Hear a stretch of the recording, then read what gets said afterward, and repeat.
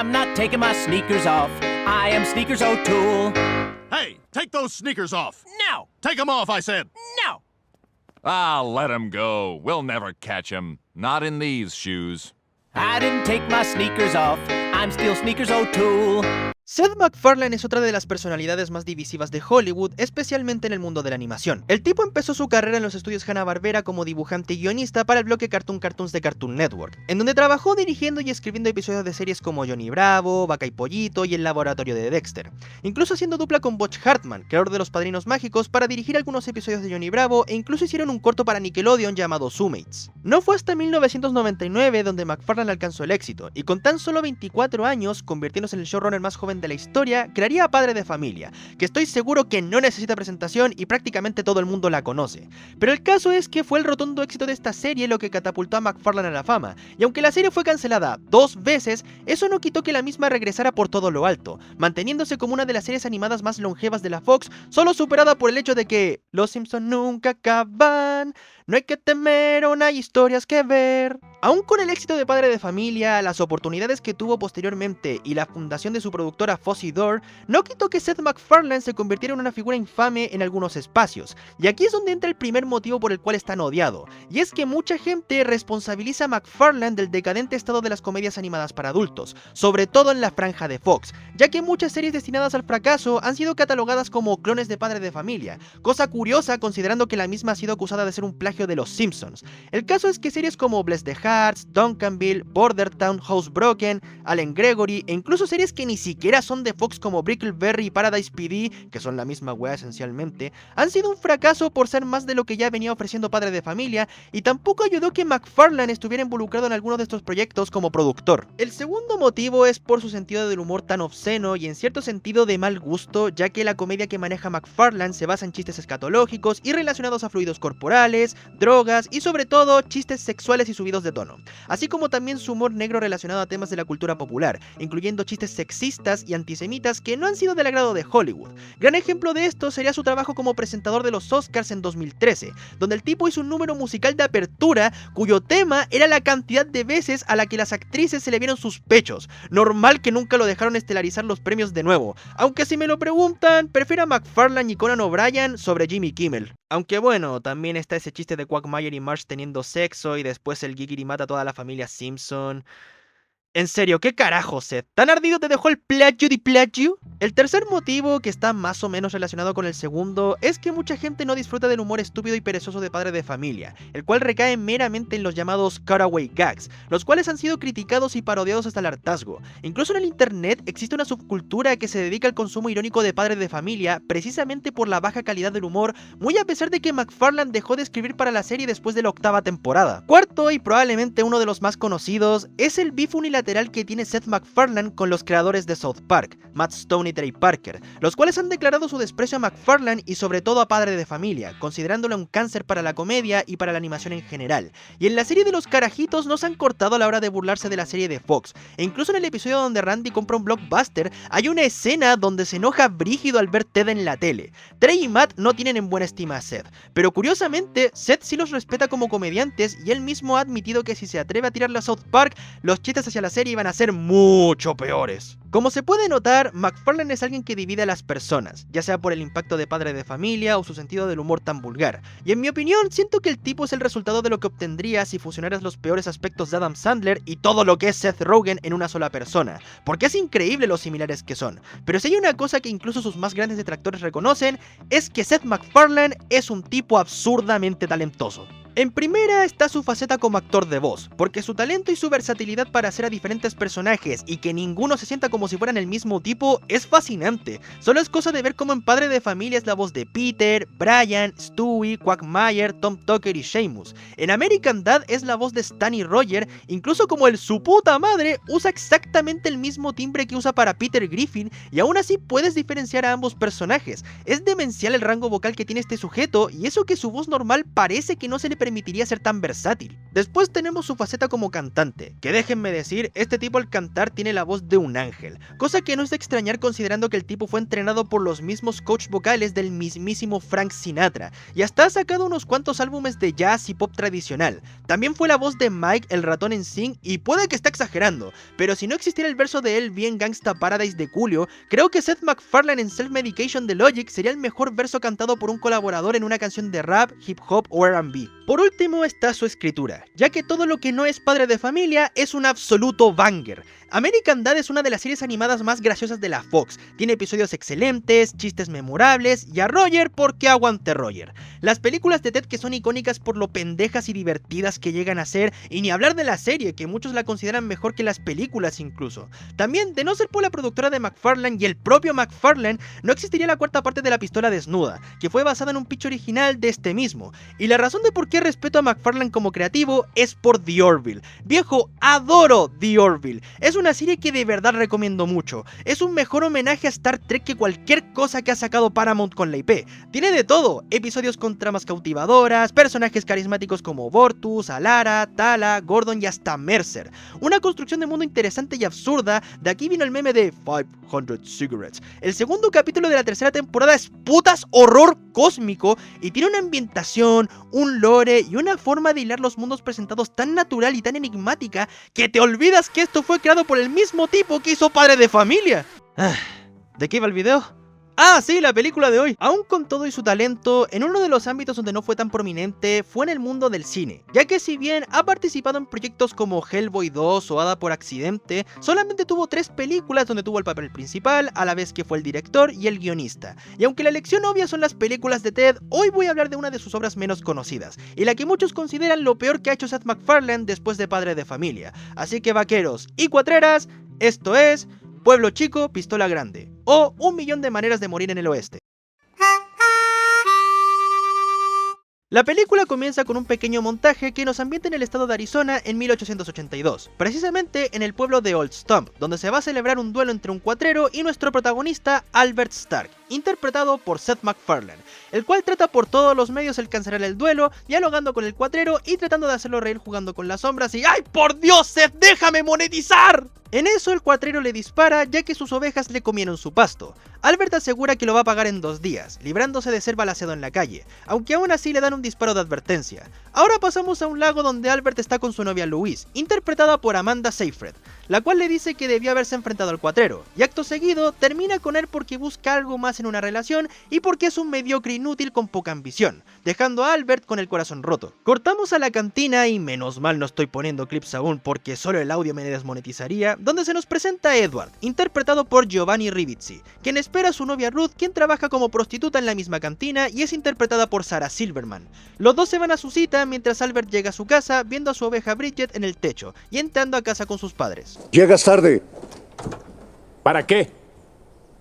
Buen punto. Edward y Ruth llegan a casa de Albert, estos lamentan que Luis terminará con él y el despechado observa las fotografías que se sacó con ella, en donde salen chistosamente tiesos. El caso es que Albert trata de pensar qué salió mal en la relación y cómo ella le hacía olvidar los horrores del oeste, así que se van a la cantina a ahogar las penas. Ruth le dice que aún hay mucho por lo que vivir, pero Albert le avienta un rant acerca de lo miserable y peligroso que es el oeste americano, ya que todo lo que produce sombra te puede matar e incluso no estás a salvo yendo al baño. El cólera. ¿Lo conocen? La mierda negra. La mierda negra. La nueva oferta en el club de las enfermedades del mes. También asegura que hasta el doctor te puede matar, que el pastor del pueblo mató a un padre y a su hijo, que los mineros pueden morir hasta por sus propios pedos y que el cadáver del alcalde lleva días en el suelo de la calle. ¡Oh! ¡Miren eso! ¡Miren eso! ¡Lobos! ¡Se están llevando el cadáver! Como para ilustrar mi argumento. ¡Adiós! Toda esta escena es una joya, weón. No hay forma de que la mejoren. Oye, ¿por qué no te callas? ¡Tú primero!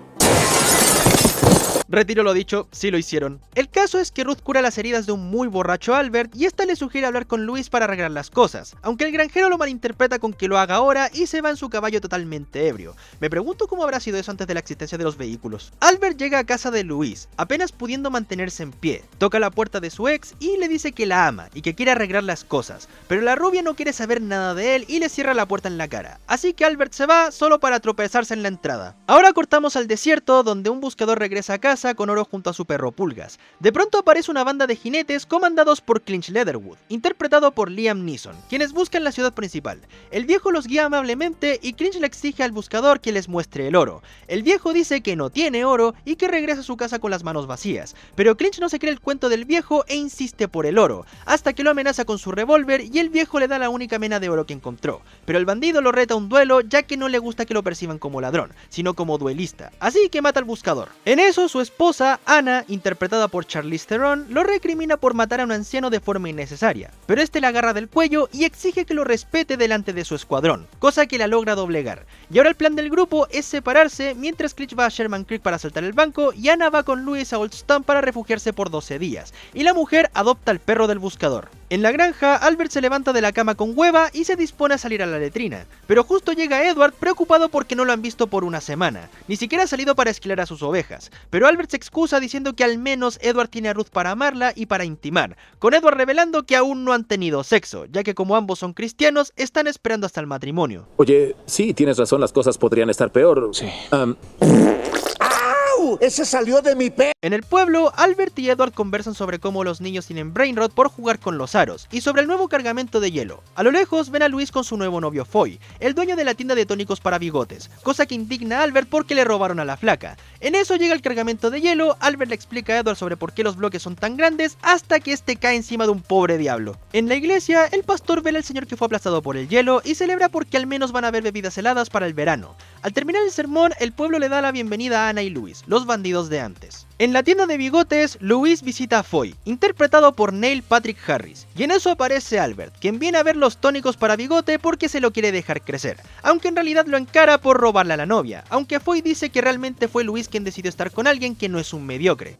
Oye, vete a la verga.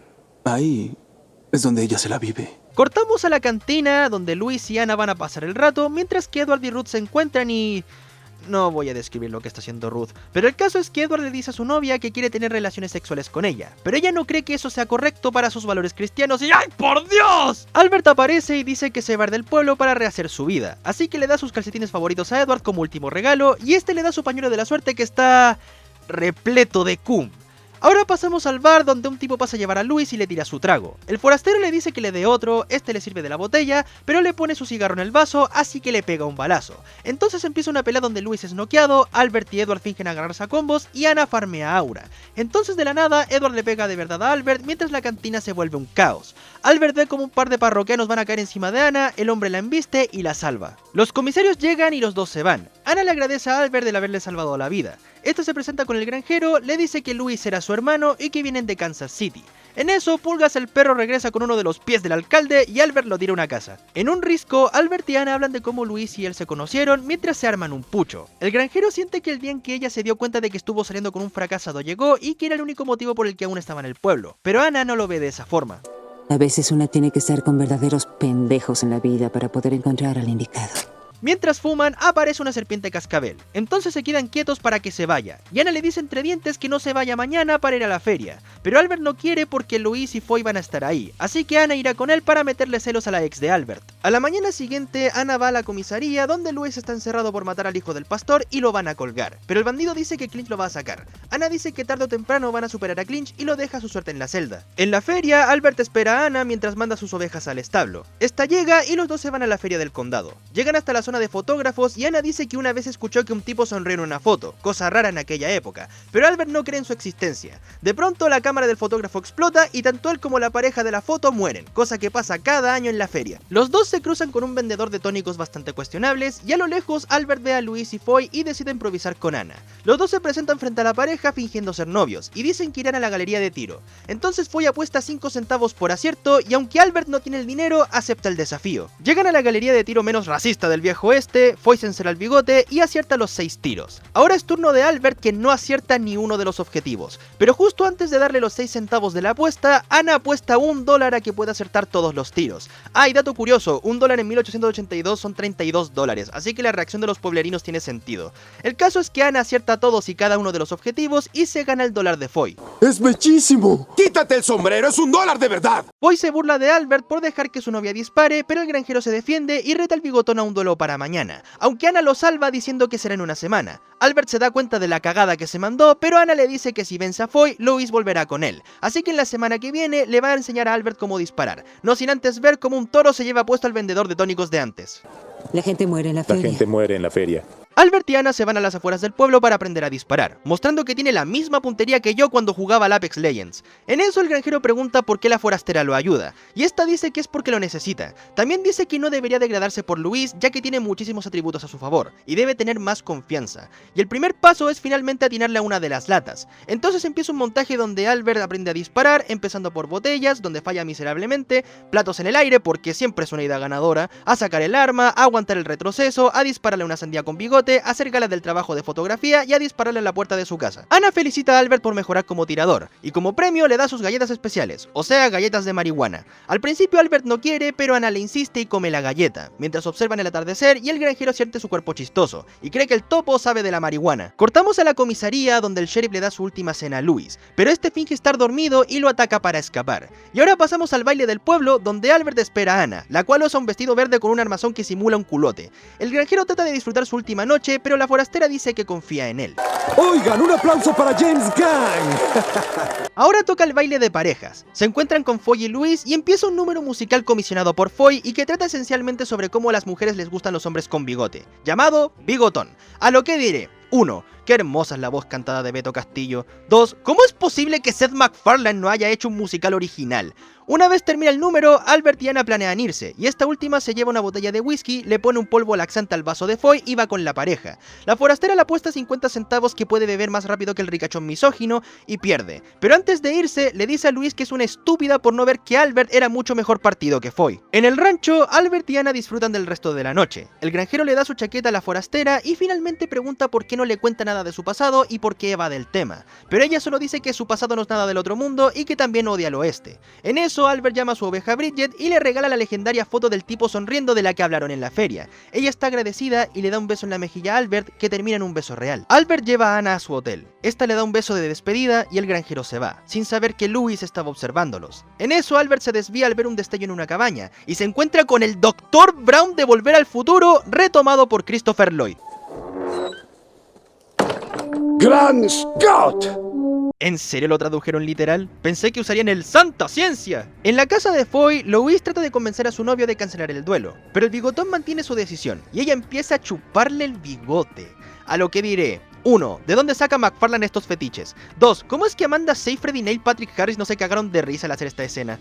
Bueno, el caso es que a Foy le hace efecto el laxante y se va a la letrina. A la mañana siguiente, Anna se prepara para ver a Albert. Tocan la puerta y resulta ser Clinch. Mientras tanto, Albert espera a Foy en la avenida principal. Este finalmente llega, pero completamente estreñido por su diarrea explosiva, la cual ataca de nuevo y el bigotón se caga en el sombrero de un lugareño 2 veces.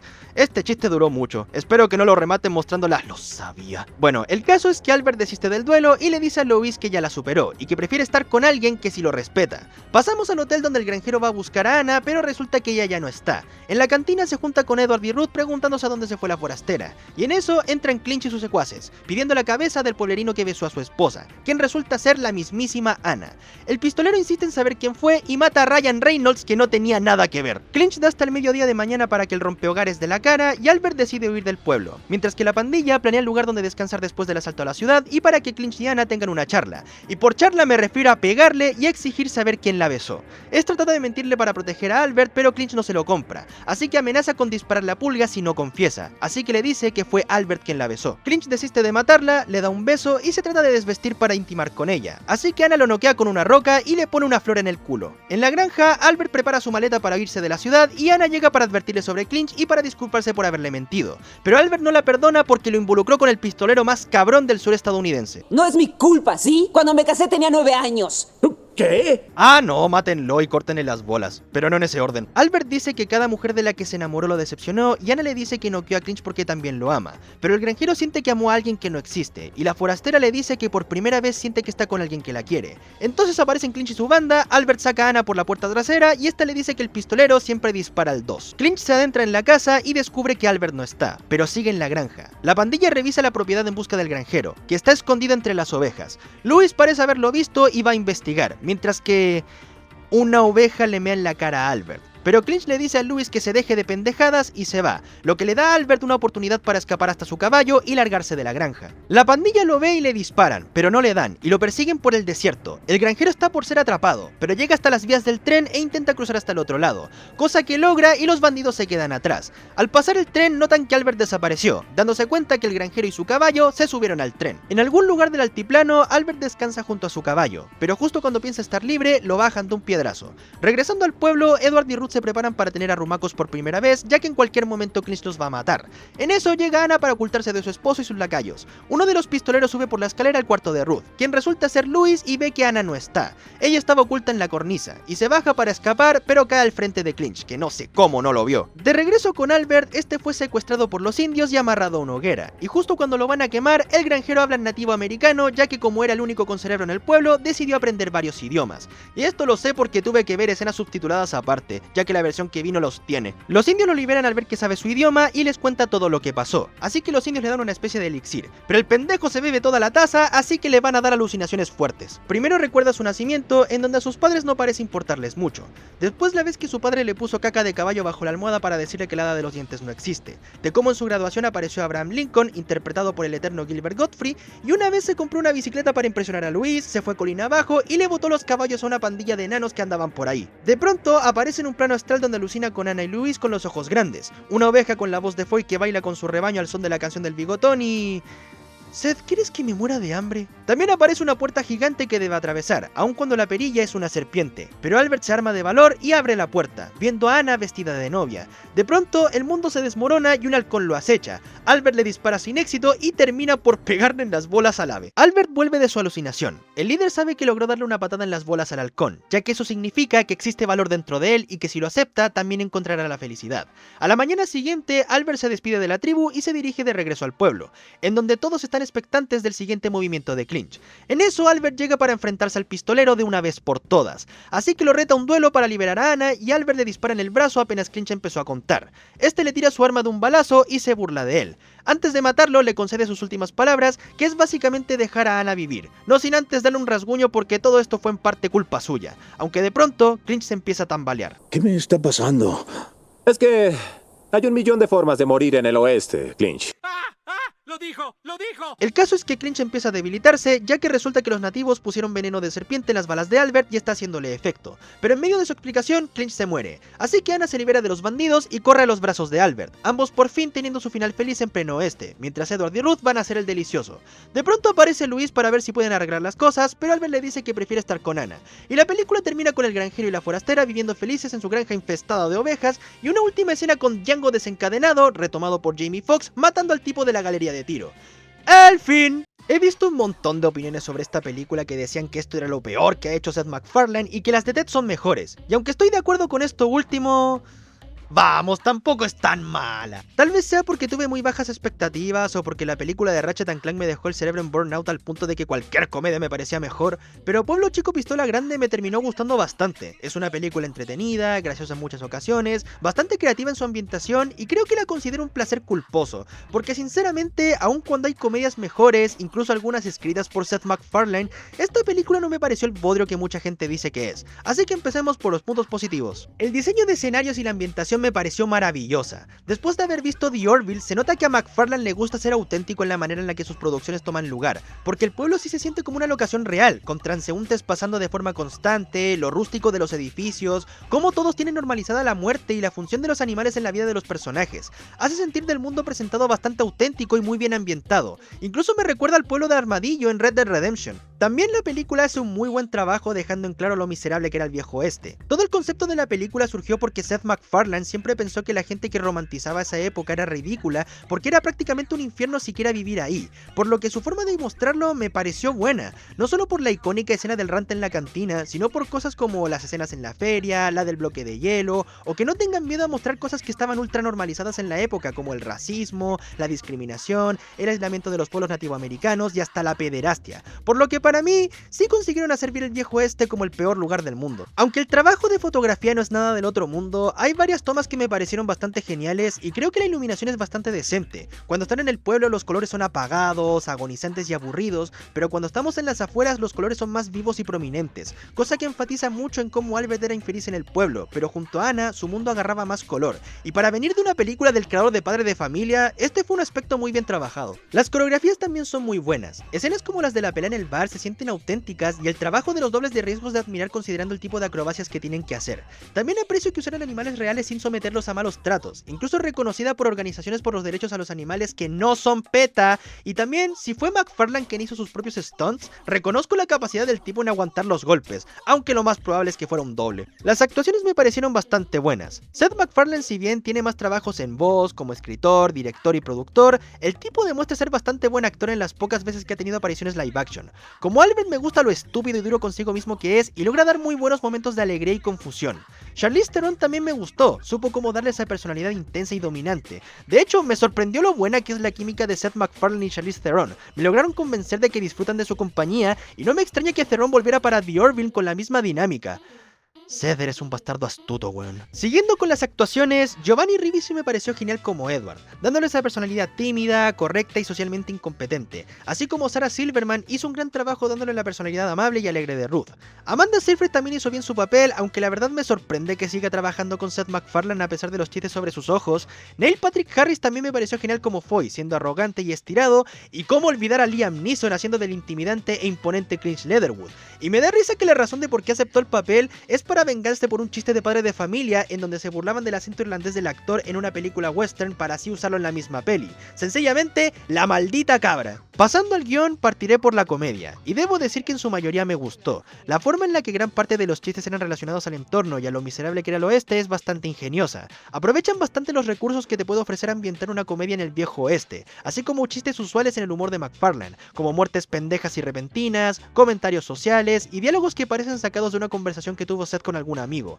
En cierto modo, me recuerda al tipo de humor de Smiling Friends, en donde todo es más tirado a lo absurdo y estúpido de distintas situaciones. También destaco la forma en la que algunos diálogos tienen un delivery que demuestran que Seth MacFarlane sabe cómo dirigir este tipo de escenas y sacar momentos hilarantes de actores que no suelen hacer comedia como Giovanni Ribisi y Liam Neeson, al menos en ese entonces, porque siento que la manera en la que los personajes se expresan es bastante divertida. Seguido a esto, me gusta la dinámica de algunos personajes, y es algo en lo que Seth MacFarlane sí es bastante bueno, como la dinámica entre Ted y John tanto en las películas como en la serie del su puta madre, Stu y Brian en Padre de Familia, Steve y Roger en American Dad, y si hay una cosa que me encantaba de The Orville era la dinámica de todos los personajes. Y aquí no es la excepción. Por ejemplo, la dinámica de Albert y Edward es divertida. Los dos son igual de pendejos, pero de diferente forma. Tienen una buena química entre ambos y sinceramente me recuerdan a Pim y Charlie de Smiling Friends. Por supuesto, también me encanta la dinámica de Albert y Anna. Son una pareja legítimamente bien escrita. Su romance es bastante creíble, construyen muy bien la forma en la que ambos se enamoran, tienen interacciones bastante bonitas y estuve a punto de gritar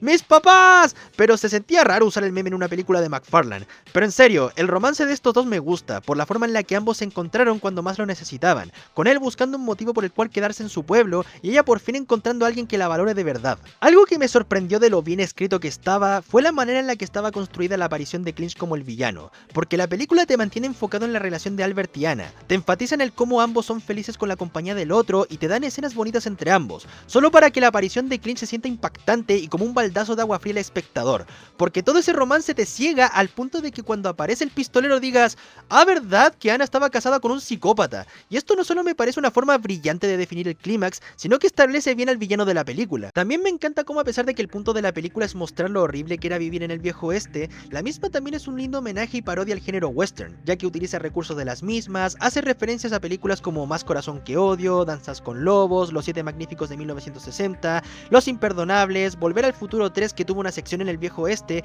y el cameo de Django desencadenado, e incluso la participación de actores eruditos del western como el fallecido Matt Clark. Se nota que a pesar de la retórica de la película, la misma no tiene miedo a hacer un western hecho y derecho, uno que abraza los clichés y lo que conforma los westerns, algo así como Encantada pero con chistes de sexo. Y seguido a esto, adoro la crítica que tiene la mentalidad de todo tiempo pasado es mejor, porque como dije antes, la idea de la película surgió de lo mucho que le cargaba a Seth MacFarlane que se romantizara tanto al viejo oeste, oeste. Y honestamente, estoy de acuerdo, porque no solo aplica con el viejo oeste, sino con épocas como los 80s, los 90s, los 2000 e incluso los 2010. Que se sepa que hay gente que no irónicamente piensa que 2016 fue el mejor año de la década, cuando la gente tenía el consenso de que 2016 fue un año de mierda. Y siento que a pesar de que esta película es del 2014, es una crítica que ahora más que nunca es vigente, por el abuso de la nostalgia, el afán de no dejar ir el pasado y el no saber afrontar el presente, y creo que películas de este estilo son bienvenidas en mi vida. Pero claro, si esta es una de las cosas más odiadas que ha hecho Seth MacFarlane, es por algo, porque ahora nos vamos con los puntos negativos. Aunque dije que la comedia en su mayoría es buena, las palabras claves aquí son en su mayoría, porque la película mostró uno de los grandes problemas de la comedia de Seth MacFarlane, y es que su comedia es como una escala en donde su peor humor recae en por la rechucha Seth, puedes hacerlo mejor, y su mejor humor es esto no se me hubiera ocurrido ni aunque me apuntaran con una pistola, porque de verdad que esta película pudo haber sido una joya de no ser por la cantidad de chistes de caca, sexo y genitales de animales, que al menos a mí no me parecieron graciosos, y hasta sentí que los alargaban demasiado. Toma el peor tipo de humor de padre de familia y los extienden hasta el punto de que ni los mejores chistes pueden salvar la cinta,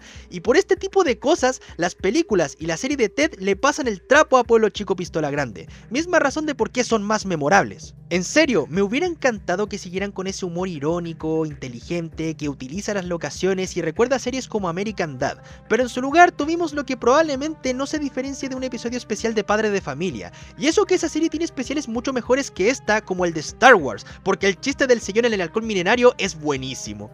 La subtrama de Edward y Ruth queriendo intimar me pareció que estuvo de más, no porque fuera de mal gusto o porque gira en torno al sexo, sino porque no aportó nada a la trama y lo podrías quitar de la película y no cambiaría absolutamente nada. De hecho, ni siquiera le dan tiempo suficiente como para que te importe esta historia, porque estamos más enfocados en la trama principal de Albert y Anna, y es una lata porque Giovanni Ribisi es un actor súper infravalorado que sabe cómo interpretar a tipos socialmente ineptos, y lo peor es que Seth MacFarlane lo sabe, por algo le dio el papel de Donnie en las películas de su puta madre, así que no sé qué pasó acá. Esto no es culpa de la película en sí, pero puta que fue una paja tener que buscar fuentes externas para saber qué estaban diciendo los nativos, porque realmente unos subtítulos en inglés como mínimo hubieran sido mucho mejores, aunque sí le doy crédito a la película por castear actores de tribus aborígenes de Estados Unidos y sobre todo que Seth y los nativos hablaran apache, que es un pueblo originario del sur de Estados Unidos y el norte de México, cosa que muchas películas no suelen hacer. Esta película me hizo notar un patrón respecto a las obras de Seth MacFarlane y es lo presente que está el tropo de la infidelidad. Son varios los episodios de Padre de Familia en donde la trama es relacionada a engaños,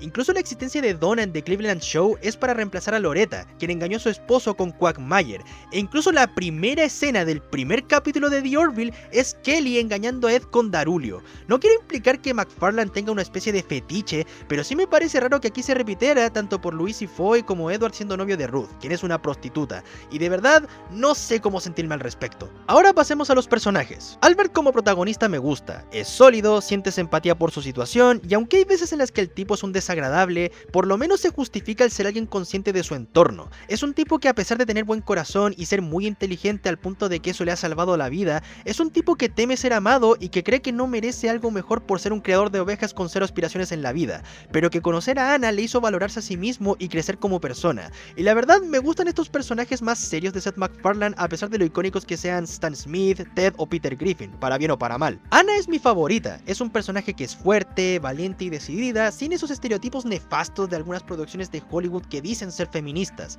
Anna es una mujer que se presenta como ruda, pero que teme al poder que su esposo tenía sobre ella, lo que no le hacía finalmente libre y ser capaz de amar y ser amada. No es hasta que conoce a Albert que finalmente puede ser quien quiere ser, alguien más suelta, alegre, y el hecho de que ría cada vez que habla con el granjero muestra ese agotamiento emocional, como si eso le hubiera dado un motivo para reír. Por eso es mi personaje favorito de la película. Clinch me pareció muy buen villano. Muy a pesar de que el tipo no apareció mucho, sí lograron hacer que el tipo fuera imponente, intimidante y cuya presencia hace que el pueblo entero cague ladrillos. Es como una fuerza imparable que tarda pero llega, y cuando llega sabes que todo va a ser un desastre. Es un tipo que toma y pelea, que piensa que hace las cosas de forma honorable, pero en realidad es un cobarde, un ladrón en negación y un hombre patético con aires de superioridad en constante validación. Y ver esto en una película del mismo creador de Padre de Familia es bastante sorprendente. Louise es un caso interesante porque siento que ella sí tenía buenos motivos para dejar a Albert. Es decir, creo que nadie se debe conformar con lo mínimo y mucho menos con alguien mediocre como el mismo Albert, pero después las ves saliendo con Foy, lo que la deja como una hipócrita, así que no sé qué es lo que plantea la película con el personaje, porque pese a que tiene la razón, la misma se siente como un personaje inconsistente. Foy por otro lado es un antagonista protagonista sin conclusión. La misma película se olvida de él después de su ataque de diarrea explosiva, y es una pena porque se nota que es de esos personajes absurdos y estereotipos de algo que solo Seth MacFarlane entiende, y me hubiera gustado que se le diera más escenas. En cuanto a otros personajes, Edward también lo siento como un cero a la izquierda, pero me cayó bien por lo inocente que es. Ruth también me agradó por su inocencia a pesar de ser una cariñosa. Louis tiene la cara más golpeable de la película, cosa lógica considerando que su actor también interpretó a Cheddar Bob en 8 millas. Los indios me cayeron bien por lo chill que eran todos, y el papá de Albert tuvo pocos diálogos, pero es lo mejor que ha escrito Seth MacFarlane en toda su carrera. La música me parece excelente, el trabajo de Joel McNeely es magistral, el tipo realmente supo cómo dar esa vibra de las películas western con composiciones épicas y emblemáticas, y que el sujeto también sea el compositor de las películas de Tinkerbell muestra lo versátil que pueden llegar a ser sus piezas, pero por supuesto destaco la canción Bigotón por ser genuinamente divertida y pegajosa, la llevo cantando un buen rato, en serio viejo, ¿cómo es que Seth MacFarlane no ha dirigido un musical? Y por último el doblaje, que fue realizado en New Art Dub bajo la dirección de Gerardo García, y viejo, el doblaje es glorioso. Hay algo en los doblajes con groserías dirigidos por García que tienen ese toque especial por lo naturales que fluyen los diálogos y las interpretaciones de los actores, porque si hubiera visto la película en el idioma original, creo que lo hubiera disfrutado menos, muy a pesar de que la escena del rant en la cantina tiene una escena donde Seth MacFarlane se le escapa su voz de Quagmire. Eso sí, ¿qué onda el título? Nada que ver, el de España es mucho mejor. Albert es interpretado por Raúl Anaya, y creo que esta película es la razón de por qué debería ser la voz recurrente de Seth MacFarlane, porque le queda como anillo al dedo, le da esa personalidad desenfadada, inteligente y bromista que no suele verse en algunos papeles del actor. Por algo es de mis actores de doblaje favoritos, y sobre todo, me gusta más que la voz de Armando Guerrero en The Orville. Ana es interpretada por Gabriela Gómez, y no por nada es una de las voces más recurrentes de Charlize Theron, porque su actuación fue muy buena, lo suelta, libre y desatada que suena como Ana la hace uno de mis papeles favoritos de la actriz, y me gustaría escucharle más doblajes modernos, aun cuando en los 2010 estaban casi todos lados. Y Clinch es interpretado por Salvador Delgado, quien hace un gran trabajo, es decir, es la voz recurrente de Liam Neeson, así que no era de extrañar que su voz y su actuación de alguien imponente y al que no le importa a nadie iba a ser impecable. Pueblo Chico Pistola Grande, si bien está lejos de ser lo mejor que ha hecho Seth MacFarlane, ya sea por su humor escatológico, la duración extendida de la película y algunos de los peores aspectos de los trabajos del comediante, terminé pasando un buen rato viéndola. Es una película entretenida, con chistes en su mayoría graciosos, un gran valor de producción, es un buen homenaje a los westerns de antaño y sinceramente, si sientes curiosidad por ver qué otros proyectos tiene el creador de Padre de Familia, American Dad o Ted, la recomiendo ver. Yo por supuesto siempre preferiré las películas del su puta madre por sobre esta, pero aún así me terminó gustando una película a la que no le tenía nada de fe. ¡Ey! Gracias por quedarte hasta el final. Les tengo dos avisos. El primero es que el próximo video va a ser una colaboración, así que estén atentos al canal. Y segundo, que después de ese video vamos a hablar de la saga de Tinkerbell. Sí, después de la trilogía de Sonic me voy a meter una saga de 6 películas. No aprendo, ¿verdad? Así que estén atentos también al canal. Pero bueno, gracias por quedarte hasta el final. No olvides suscribirte, darle a like, comentar qué te pareció el video si estás en desacuerdo, compartirlo si tienes tiempo. Y nos vemos en la siguiente ocasión. Soy el Conejo con Mochila y me despido.